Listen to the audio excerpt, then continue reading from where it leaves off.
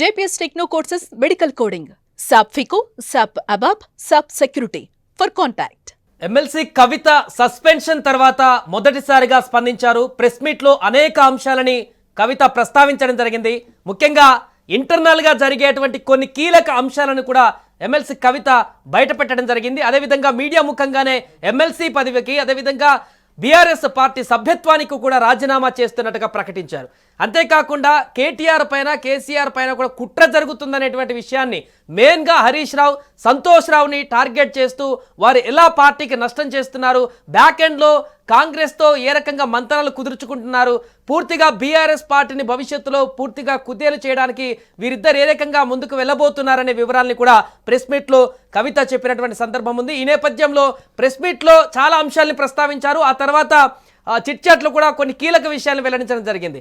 ఓవరాల్గా అసలు సస్పెన్షన్ తర్వాత కవిత రియాక్ట్ అయినటువంటి విధానం, కొన్ని కీలక అంశాలని ప్రస్తావించినటువంటి విధానం, అదేవిధంగా భవిష్యత్ కార్యాచరణకు సంబంధించి మొత్తం అసలు ఏం జరుగుతుంది, దీనికి సంబంధించి పూర్తి వివరాలు తెలుసుకుందాం. ప్రస్తుతం Suman TV news CEO Nirupama గారు లైవ్లో సిద్ధంగా ఉన్నారు. నిరుపమ గారు కీలక అంశాలని వెల్లడించారు ప్రెస్ మీట్లో, అండ్ బ్యాక్ ఎండ్లో కూడా ఆమె కొన్ని కీలక అంశాలను కూడా మాట్లాడినట్టుగా తెలుస్తుంది. అంటే పార్టీలో హరీష్ రావు సంతోష్ రావే పూర్తిగా బీఆర్ఎస్ పార్టీని నాశనం చేస్తున్నారనేటువంటి విషయాన్ని, అంటే కేటీఆర్కి సానుకూలంగానే మాట్లాడారు, కేసీఆర్కి సానుకూలంగానే మాట్లాడారు. వీరిద్దరు టార్గెట్గానే ఈ ప్రసంగం అంతా కూడా కొనసాగింది. సో ఎక్కడ చేరిందంటారు వీరిద్దరికి? ఎస్, మీరు చెప్పింది కరెక్ట్. ఎందుకంటే మొదటి నుంచి కూడా ఆవిడ ఎక్కడైతే విభేదిస్తూ వచ్చారో పార్టీని, ఆ రోజు నుంచి కూడా ఆవిడ హరీష్ రావు గారి మీద సంతోష్ గారి మీదనే కంప్లైంట్ చేస్తూ వచ్చారు, వాళ్ళనే విమర్శిస్తూ వచ్చారు. అదే ఈరోజు ఆవిడ సస్పెన్షన్స్కి దారితీసినటువంటి పరిస్థితి. ఇప్పుడు వరకు లేనటువంటి, అసలు నేను ఎక్స్పెక్ట్ చేయలేదు, సడన్గా నన్ను సస్పెండ్ చేశారని చెప్పేసి ఆవిడ వాళ్ళ ప్రెస్ మీట్లో మాట్లాడుతున్నారు. అందుకే భవిష్యత్ కార్యాచరణ ఏంటి అనేది కూడా నేను ఇంకా డెసిషన్ తీసుకోలేదు అని కూడా ఆవిడ మాట్లాడిన సందర్భం మనం చూసాము. ఇద్దరి మీద కూడా పూర్తి స్థాయిలో టార్గెట్ చేశారు. 100% ప్రెస్ మీట్లో దాదాపు 90% కూడా వాళ్ళిద్దరినే టార్గెట్ చేశారు. మెయిన్లీ హరీష్ గారినే టార్గెట్ చేసినటువంటి పరిస్థితి. నార్మల్గా హరీష్ గారిని అందరూ ట్రబుల్ షూటర్ అంటారు, ఈవిడ మాత్రం డబుల్ షూటర్ అన్నారు. ఆయనే ప్రాబ్లమ్స్ క్రియేట్ చేస్తారు, మళ్ళీ ఆయనే వాటిని సాల్వ్ చేయడానికి ట్రై చేసినట్లుగా ప్రయత్నం చేస్తారు అని చెప్పి ఇద్దరు కలిసి నా మీద కుట్ర చేశారు. నేను గతంలో ఎన్నోసార్లు రామన్నకు చెప్పాను, అంటే కేటీఆర్ గారికి చెప్పాను, చాలాసార్లు చెప్పాను, అన్నా నా మీద కుట్రలు జరుగుతున్నాయి కొంచెం చూడండి అని చెప్పినా కూడా రామన్న ఏమాత్రం పట్టించుకోలేదు అని చెప్పేసి ఆవిడ ఈ సందర్భంగా చెప్పారు. తర్వాత భవన్లో, అంటే తెలంగాణ భవన్లో ప్రెస్ మీట్ పెట్టాను, ప్రెస్ మీట్ పెట్టి మరీ చెప్పినా కూడా అన్న పట్టించుకోలేదు అని చెప్పేసి ఆవిడ ఈ సందర్భంగా చెప్పటం. ఇంకొకటి, ఇప్పుడు బాగానే ఉన్నారు ఇద్దరును, ఎవరు సంతోష్ గారు కానీ లేకపోతే హరీష్ గారు కానీ, కొన్ని రోజుల తర్వాత మీ మీద కూడా కుట్రలు చేస్తారు, మిమ్మల్ని కూడా పార్టీలోంచి బయటికి పంపిస్తారు, నాన్నగారు నువ్వు జాగ్రత్త అంటూ రామన్నని హెచ్చరిస్తున్నానని చెప్పేసి అన్నకి సజెస్ట్ చేస్తున్నానంటూ ఆవిడ కేటీఆర్ గారికి చెప్పినటువంటి పరిస్థితి. 103 రోజులైంది నా లెటర్ లీక్ అయ్యి, అది సంతోష్ గారే లీక్ చేశారని చెప్పేసి ఆవిడ చిట్ చాట్లో కూడా అన్నారు. ఈ 103 రోజులు అయినప్పటికీ కూడా ఏ మాత్రం యాక్షన్ తీసుకోలేదు అని ఆవిడ బాధపడిన సందర్భం. అలాగే ఎవరూ ఏమీ మాట్లాడలేదు, నా మీద ఎక్కడన్నా ఏదైనా విమర్శలు గుప్పించినప్పటికీ వేరే వాళ్ళు, అంటే ఒక ఎమ్మెల్సీ, మనకు తెలుసు కాంగ్రెస్ ఎమ్మెల్సీ కూడా ఈవిని విమర్శించారు. అలాంటిది అంత దారుణంగా విమర్శించినా కూడా ఎక్కడ ఎవరు స్పందించలేదు పార్టీకి సంబంధించిన వాళ్ళు అనేది కూడా ఆమె బాధగా ఉన్నటువంటి పరిస్థితి. ఇంకొకటి, తల్లికి దూరం అయిపోతున్నాను, అమ్మకు దూరంగా ఉండాల్సిన పరిస్థితి వస్తుంది, ఇన్ని రోజులుగా అమ్మకు దూరంగా ఉన్నాను, ఇంక నుంచి కూడా దూరంగా ఉండాలి, 103 రోజుల నుంచి అన్న కూడా తనతో మాట్లాడలేదు అని చెప్పేసి ఈ సందర్భంగా ఆవిడ బాధపడినటువంటి పరిస్థితి. నెక్స్ట్, పోచంపల్లి శ్రీనివాసరెడ్డి గారికి అంత ఆస్తులు ఎలా వచ్చాయి, ఆయన ఎక్కడ అన్యాయం చేస్తున్నారు, ఆయనే అవినీతి చేస్తున్నారని చెప్పేసి కూడా నాకు పక్కా ఇన్ఫర్మేషన్ వచ్చింది అని కూడా ఆవిడ చెప్తా ఉన్నారు. తర్వాత ఈ కుట్రలన్నిటికీ వెనకాల సీఎం రేవంత్ రెడ్డి గారే ఉన్నారు, కాంగ్రెస్ నేతలే ఉన్నారు, హరీష్ గారిని సంతోష్ గారిని వాళ్లే రెచ్చగొట్టారు, వాళ్లే చేయించారు అని చెప్పేసి ఆవిడ మాట్లాడితే దానికి రేవంత్ రెడ్డి గారు కూడా ఇప్పుడు కౌంటర్ ఇచ్చారు. నాకేం సంబంధం, ఎవరికి పడితే వాళ్ళు నా వెనక ఎందుకుంటారు, నేను ఎవరికైనా ముందుంటాను తప్ప ఎవరికి వెనకుండను, నాకు అవసరం లేదు అలాంటి వాళ్ళతోటి మీ పంచాయతీలోకి నన్ను లాగవాకండి, నాకు అసలు అంత టైం కూడా లేదని చెప్పేసి రేవంత్ రెడ్డి గారు అన్నారు. మరోవైపున ఇప్పుడే ఉమ్మడి ఖమ్మం జిల్లాకు సంబంధించినటువంటి 300 మంది జాగృతి కార్యకర్తల్ని నేతల్ని కండువా కప్పి బీఆర్ఎస్ పార్టీలోకి ఎర్రవెల్లి ఫామ్ హౌస్లో మాజీ ముఖ్యమంత్రి కేసీఆర్ గారు ఆహ్వానించినటువంటి పరిస్థితి. సో అంటే మొత్తంగా చూసుకుంటుంటే మనం ఈమెను వీక్ చేసేటువంటి కార్యక్రమం జరుగుతుంది పార్టీలోనే, ఆమె ఏదైతే చెప్తున్నారో అది నిజమేనేమో అనే పరిస్థితులు ఇక్కడ మనకి కనిపిస్తూ ఉన్నాయి. ఆమె మొదటి నుంచి కూడా వీళ్ళిద్దరినే టార్గెట్ చేశారు. సేమ్ టార్గెట్ ఈ రోజు కూడా కంటిన్యూ చేసినటువంటి పరిస్థితి. తర్వాత ఫోన్ ట్యాపింగ్ చేశారు. రామన్న ఫ్యామిలీని అంటే కుటుంబ సభ్యులను కూడా, కేటీఆర్ గారి కుటుంబ సభ్యులను కూడా ఫోన్ ట్యాప్ చేసి రకరకాల ఇష్యూస్ని వాళ్ళ మీద లేనిపోయినాయని అంటగట్టారు అని చెప్పేసి ఆవిడ మాట్లాడారు. అందులో కూడా సంతోష్, తర్వాత హరీష్ గారు, నెక్స్ట్ శ్రవణ్ గారు, ముగ్గురు కలిసి చేశారు అని చెప్పేసి కూడా ఆవిడ అన్నారు. తర్వాత ఎవరైతే ఈ పోచంపల్లి ఉన్నారో మెగా కృష్ణారెడ్డి గారితో కలిసి ఆయన చేస్తున్నటువంటి కొన్ని విల్లాస్కి సంబంధించిన ప్రాజెక్టు విషయంలో కూడా ఆయనకి అంత డబ్బులు ఎక్కడి నుంచి వచ్చాయి, ఇది సంతోష్ గారే ఆయనకి ఇచ్చారు, అంటే సంతోష్ గారికి బినామీ ఈయన అన్నట్లుగా మాట్లాడారు. చాలామంది సెలబ్రిటీస్ని కూడా ఆ విల్లాల పేరుతో సంతోష్ మోసం చేశాను. అలాగే వాటితో పాటు మనకు తెలుసు గ్రీన్ ఛాలెంజ్ అని చెప్పేసి ఒక ప్రోగ్రాం తీసుకున్నారు, మొక్కలు నాటేటువంటి కార్యక్రమం. అందులో కూడా చాలామంది సెలబ్రిటీస్ని ఆయన చీట్ చేశారు, ఆయన సొంతానికి అంటే ఆయన ప్రోపగండాకి వాడుకున్నారు అన్నట్టుగా ఆవిడ మాట్లాడారు. మొత్తంగా ఎటు చూసినా కూడా ఆ టార్గెట్ అంతా ఇక్కడే కనిపిస్తుంది. తండ్రి చాలా మంచివాళ్ళని, తండ్రిని కూడా రేపొద్దున ఏదైనా చేయొచ్చు, పార్టీలో ఇంకేమన్నా జరగచ్చు. ఇప్పుడు నా మీద కుట్రలు జరిగినట్లే రేపొద్దున కేటీఆర్ గారి మీద కూడా, ఆ తర్వాత కేసీఆర్ గారి మీద కూడా జరుగుతాయని చెప్పేసి ఆవిడ బాధపడుతూ చెప్పినటువంటి సందర్భం. ప్రస్తుతానికైతే నేను ఏ పార్టీలో జాయిన్ కావట్లేదు, నేను ఏం చెయ్యాలి, నా భవిష్యత్ ఏంటనేది కూడా నేను తెలంగాణ మేధావులతోటి అలాగే బీసీ నేతలతోటి బీసీ బిడ్డలతోటి మాట్లాడతా. జాగృతికి సంబంధించినటువంటి నేతలు కార్యకర్తలతో కూడా డిస్కస్ చేశాక 2 రోజుల తర్వాత నా భవిష్యత్ కార్యాచరణని ప్రకటిస్తానని అంటున్నారు ఆవిడ. తర్వాత సామాజిక తెలంగాణ అనే అంశాన్నే ఆమె ముఖ్యంగా తీసుకున్నటువంటి పరిస్థితి. సామాజిక తెలంగాణ అంటే తప్పేంటి, అదేమన్నా పార్టీకి వ్యతిరేకమా, నేనేం తప్పు చేశానో అర్థం కావట్లేదు, ఎందుకు ఈ రకమైనటువంటి డెసిషన్ తీసుకున్నారు అర్థం కావట్లేదని చెప్పి కవిత ఇప్పుడు ప్రెస్ మీట్లో వాపోయినటువంటి పరిస్థితి మనం చూసాము. ఎటు చూసినా కూడా ఆవిడ ఫస్ట్ నుంచి నా మీద కుట్ర జరిగిందనే చెప్తున్నారు. ఆ కుట్రకి ఖచ్చితంగా వెనకాల ఉన్నది మాత్రం ఇద్దరు పేర్లే ముఖ్యంగా ఆవిడ చెప్తున్నారు. ఫస్ట్ నుంచి ఏది చెప్తున్నారో అదే చెప్తున్నారు, హరీష్ గారు, సంతోష్ గారు.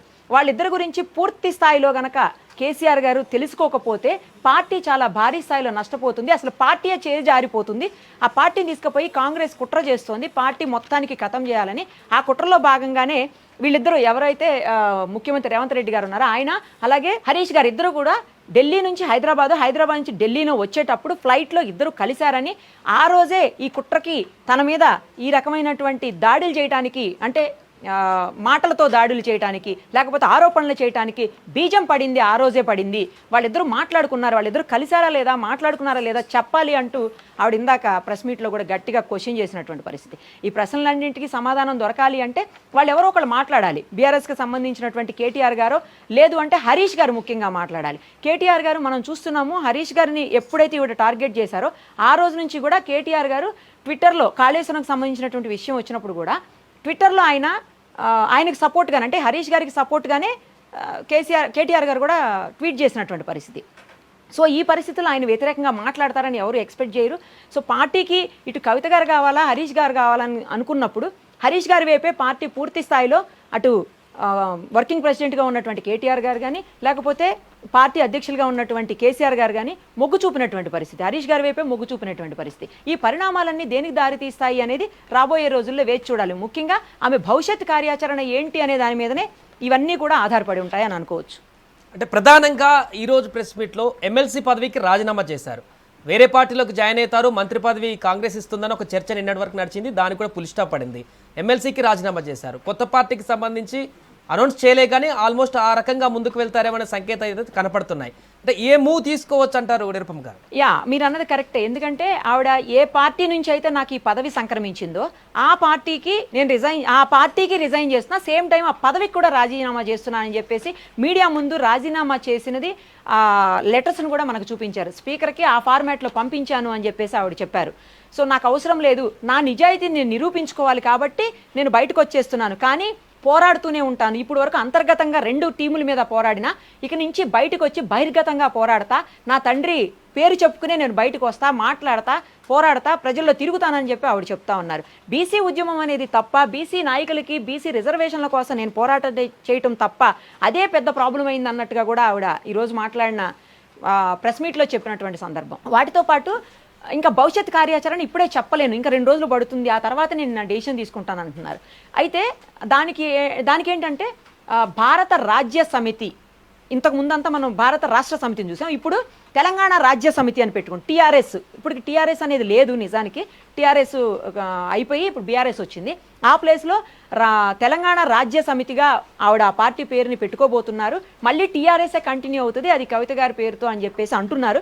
మరి అది ఎంతవరకు నిజం అనేది 2 రోజుల తర్వాత తెలంగాణ మేధావులతోటి, అలాగే జాగృతికి సంబంధించినటువంటి కార్యకర్తలు, నేతలు, ఇంకా ఎవరైతే బీసీ బిడ్డలు ఉన్నారో వాళ్ళందరితో మాట్లాడి నేను డెసిషన్ తీసుకుంటాను, 2 రోజుల తర్వాత నా పూర్తి భవిష్యత్తు కార్యాచరణని ప్రకటిస్తానని కూడా ఆమె చెప్పారు. కాబట్టి ఈ 2 days పోతే మనకి పూర్తి స్థాయిలో క్లారిటీ వచ్చేటువంటి అవకాశం ఉంటుంది. కేసీఆర్నే పదే పదే కార్నర్ చేస్తున్నారు రేవంత్ రెడ్డి, కాంగ్రెస్ పార్టీ. కానీ అసలు ఇరిగేషన్ మినిస్టర్గా ఉంది హరీష్ రావు. అప్పుడు మొత్తం దాని ప్రాజెక్టు వివరాలన్నింటినీ కూడా రోజు పర్యవేక్షణ చేసింది అతను, మొత్తం దాన్ని చూసుకుంది తను, అదంతా జరిగిందంతా కూడా తన కనుసన్నుల్లోనే. కానీ ఆయన పేరు రావట్లేదు, ఇక్కడ కుమ్మక్కయ్యారు రేవంత్ రెడ్డితోనే అనేటువంటి విషయాన్ని పదే పదే ప్రస్తావించారు కవిత గారు.